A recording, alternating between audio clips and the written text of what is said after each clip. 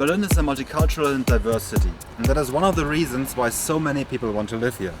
But as a result, the demand for housing went up, and so did the rents. In the last 5 years, they rose by around 40%. A rent freeze and price ceilings were imposed by the Berlin City Council, but it was overturned by the Karlsruhe Constitutional Court because the state Berlin cannot issue such a law. The law itself, though, created even more scarcity in the housing market, because owners rather sell their homes than rent it. And when you look to Stockholm, you see long-term effects of such strict price regulations. For example, a black market. So, to cope with these housing prices in Berlin, we have to look for other European inspirations, such as Vienna. Here in Vienna, simply said, around 60% of residents live in more than 440,000 flats which are not privately owned. Around half of them are owned by the city of Vienna directly, and the rest is owned by state-subsidized, non-profit housing unions. Therefore, a significant share of housing is not circulating on the free market. Instead, there are certain regulations regarding rent prices, contracts, etc. This gives the public a huge tool to influence the housing market. The reason for that is Vienna's history. For decades, the city has been ruled by the Social Democratic Party, which promoted public housing over privatization. They believed that housing is a human right, not a business. There are certain criteria to qualify for public housing as well.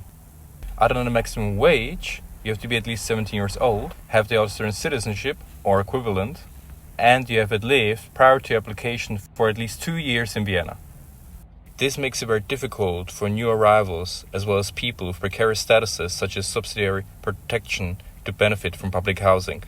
Additionally, the waiting times can be very long for a flat.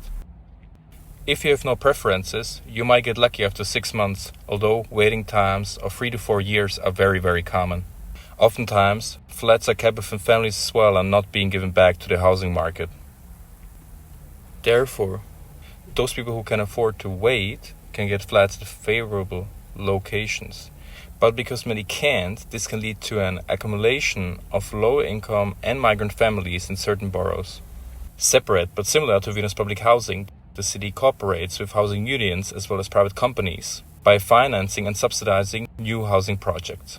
The initiative, which is called Wiener Wohnbauinitiative or Vienna Housing Initiative, is a special variant of subsidized housing. The idea is the following. In a time of low interest rates, the city offered to developers relatively favorable funds for building new flats if they in return contributed with their own properties to these projects.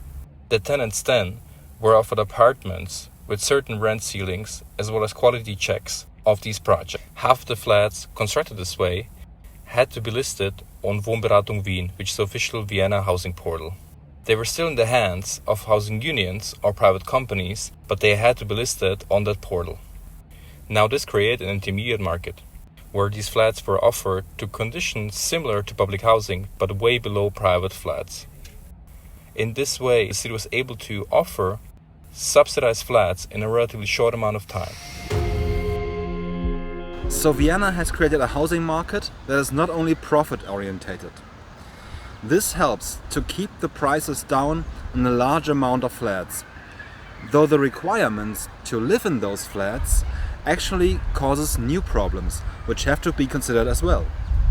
An interesting mechanism is the Wiener Wohnbauinitiative, in my opinion, which uses private companies to build affordable housing.